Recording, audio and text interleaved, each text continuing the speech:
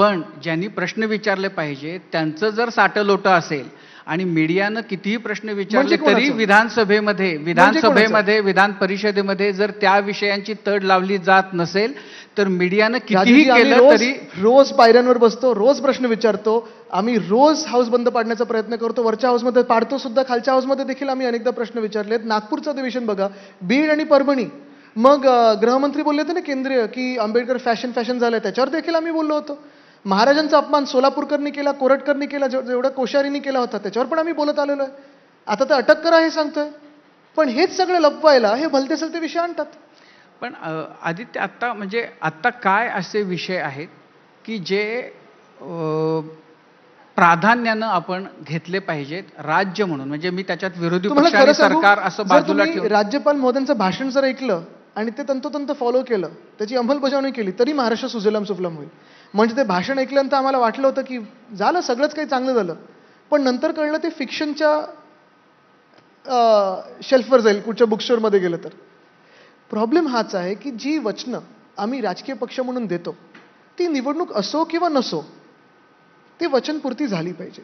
आपल्याला आठवत असेल, आमचं सरकार बनल्या उद्धव साहेबांनी जे कर्जमुक्तीचं वचन दिलं होतं ते आम्ही नागपूरच्या अधिवेशनात करून दाखवलं आणि कोविडच्या आधी म्हणजे मार्च पर्यंत 3 महिन्यात तो पूर्ण कार्यक्रम आणि पूर्ण आटोपलेला होता. सगळं काही दिलेलं आम्ही. तसंच अनेक गोष्टी ज्या आम्ही सांगितलं, शिवभोजन थाळी असेल, सगळं काही असेल, आम्ही जी वचनं दिली होती ती पूर्ण करून देण्याचा प्रयत्न केला.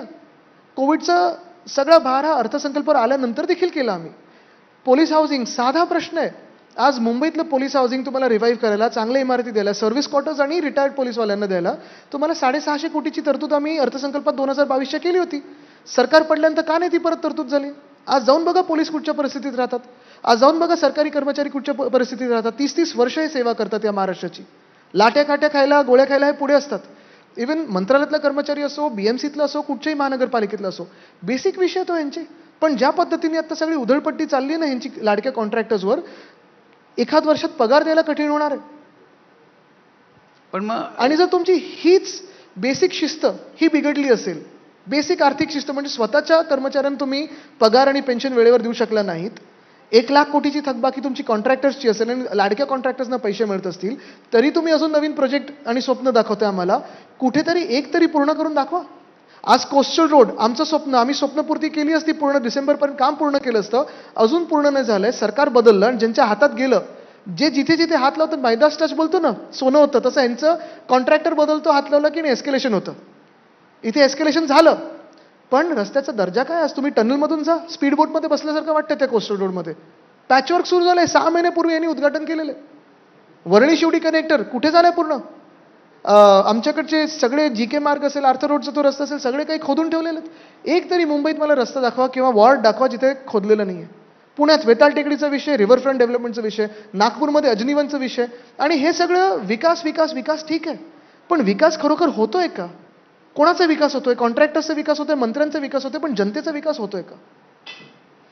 जर म्हणजे आता आपण समजा हाऊसमध्ये किती बोलायला मिळतं मला माहिती, म्हणजे ते आपल्याला सगळ्यांना माहिती आहे. इथे एवढा बोलतोय. तर त्यामुळेच मी म्हणतोय की जर मुख्यमंत्र्यांच्याकडनं की पुढच्या 5 वर्षांमध्ये की प्रामुख्यानं कोणत्या गोष्टी 1, 2, 3 मुख्यमंत्र्यांनी कराव्यात असं वाटतं? पहिली गोष्ट म्हणजे आजूबाजूची लोक ओळखावी. म्हणजे आत्ताच्या बाजूला करा आणि आम्हाला जवळ घ्या. बिलकुल नाही. आम्ही आहोत तिथे खूप खुश आहोत, आनंदी आहोत. जेव्हा निवडणुका येतील पारदर्शकपणे होतील, जनता आम्हाला जे काही आशीर्वाद द्यायचे ते देतील. आम्हाला सत्तेची चटक लागलेली नाही. ओके, ठीक आहे. त्यामुळे तो विषय बाजूला झाला. आता हा झाला एक. पण दुसरी गोष्ट म्हणजे आज शेतकरी असेल, आज कायदा सुव्यवस्था असेल, आज मुंबई असेल किंवा इतर शहर असतील, पुणे असेल, काही असेल, नागरीकरण वाढत चाललंय, शहरीकरण वाढत चाललेलं आहे. ह्याला घाबरण्याची गरज नाहीये. पण काहीतरी आम्ही जे सूचना देतो किंवा तुमच्या पण पक्षातले काही लोक देत असतील, चांगली भाषणं देत असतील, सूचना देत असतील, काहीतरी ऐका, थोडंफार करा, सायंटिफिकली करा. सगळे काही आम्ही चांगलं असेल तर आम्ही मान्यता देऊ, विरोधी पक्ष म्हणून एकमताने पारित करू. पण शेतकरी आज प्रमुख. आज तुम्ही बघा, महाराष्ट्राला आपण आणि देशाला पण आपण अग्रेरियन बोलतो, कृषीप्रधान देश बोलतो, कृषीप्रधान महाराष्ट्र बोलतो, बरोबर आहे. आज शेतकऱ्याची हालत काय? आत्महत्या जास्तीत जास्त आहेत. महाराष्ट्र असं एक राज्य जिथे जवळपास 53% हे शहरीकरण झालेलं आहे, पण आपल्या शहरांची हालत काय?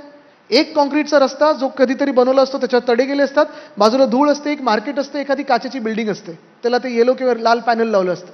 पुढे काय? लोड शेडिंग आहे. थकबाकी आहे, सगळं काही आहे. शहरीकरणावर एक आपण थोडं लक्ष देणं गरजेचं आहे. तरुण असतील, युवा असतील, रोजगाराचा विषय आहे. खरोखर जर गुंतवणूक येत असेल तर आम्हाला पण सांगा, आम्ही पण सहकार्य करू. जगाला आपण ठीक आहे, आपल्यामध्ये जी भांडणं असतील ना, ती 100% लढत जाऊ आपण. ती निवडणुकीच्या वेळी लढायलाच पाहिजे. पण जेव्हा आपण महाराष्ट्र म्हणून जिंकून येतो, एक आमदार म्हणून असेल किंवा सरकार म्हणून असेल, आपल्याला युनिटी आपली दाखवणं गरजेचं आहे. आज बघा, तर माझा महाराष्ट्र माझं विजन या कार्यक्रमात बोलत होते ठाकरेंच्या शिवसेनेचे नेते आदित्य ठाकरे.